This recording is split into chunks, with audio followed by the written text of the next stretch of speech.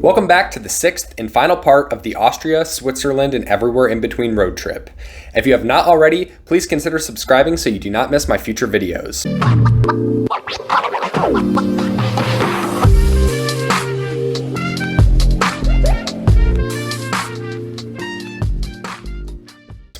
In part 5, we had just left Lucerne and were bound for Interlaken.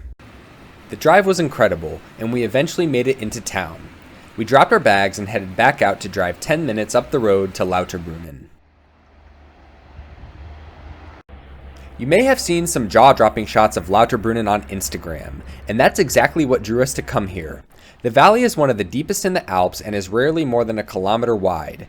72 waterfalls crash down into the valley, creating a roar that can be heard throughout the town.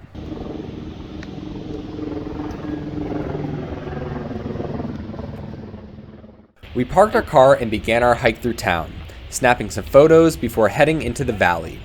There is a lot you can do in this part of Switzerland.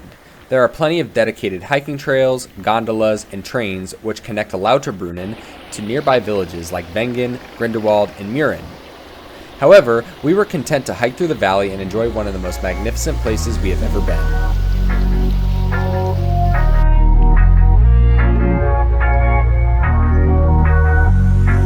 We could have spent all day here, but eventually made it back to Interlaken to check out our hotel. We stayed at the Hay Hotel, which was super comfortable and in a great location. We went out to explore Interlaken, a hub for winter and summer outdoor enthusiasts.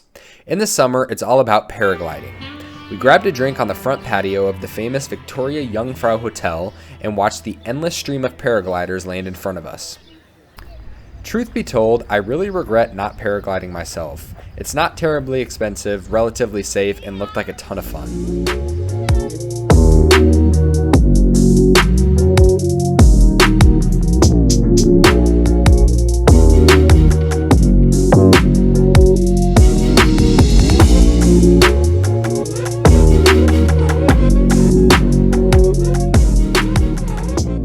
From there, it was dinner near the hotel, which wasn't our favorite, before exploring some more of the town and getting to bed.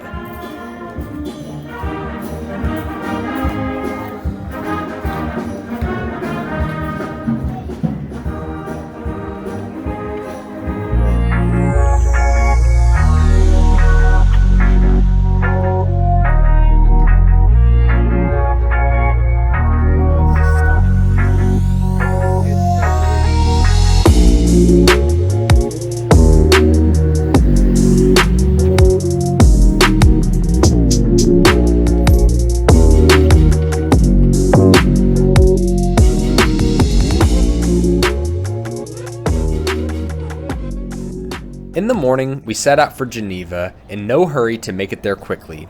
We took an indirect route, first stopping in the capital of Bern, before having lunch in Montreux. Both towns are beautiful in their own way. The old town of Bern was quintessentially Swiss, while Montreux read more like the French Riviera than a Swiss village.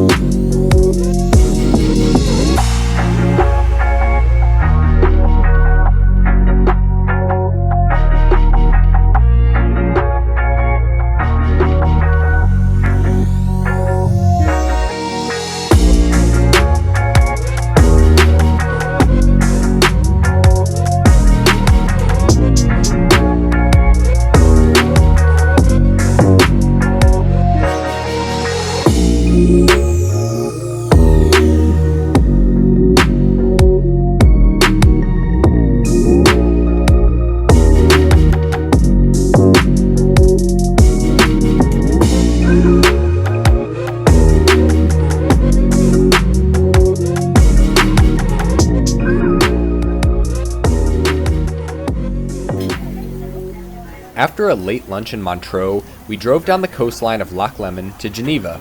We checked into our hotel, the President Wilson, which had 5-star amenities, service, and prices. It was also in need of a renovation. It had a great Lebanese restaurant as well as a Michelin restaurant in its lobby, which provided the best meal of our trip and flowers that happened to match our wedding. We knew Geneva was a more corporate destination, not overly popular with tourists. However, it set up as a nice base for a day trip to Annecy in France, which we knew we wanted to check out. After our first night, we took the train about an hour to Annecy to explore the town and the French Alps. We planned to visit on a day when their town market was set up, which was one of the best farmers markets we have ever been to. Of course, we also had to take a shot in front of the old iconic prison in the heart of the old town. From there, we rented a paddle boat and had an amazing time relaxing on the lake. The water was extremely refreshing, and the view and company weren't too bad either.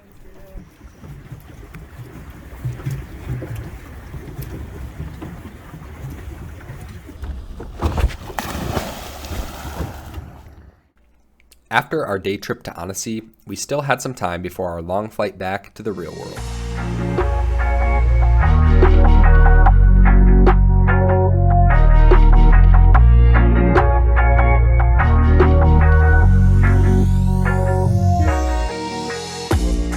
As we neared the end of our trip, we did take some time to explore Geneva and found ourselves spending an increasing amount of time at the pool of our hotel. Europe's hottest heat wave of the summer was in full swing, with temperatures in the upper 90s for several days in a row.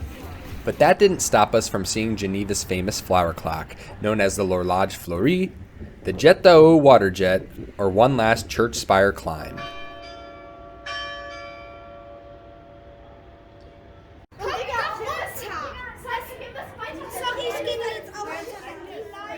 We packed a lot into this trip, and it was nice to have a slower pace to relax at the end. Geneva was beautiful, and we truly had some great meals there, breakfast, lunch, and dinner. It's not a typical tourist spot in Europe, and wasn't our favorite destination, but the airport has frequent flights and makes for a great starting or ending point to a European vacation.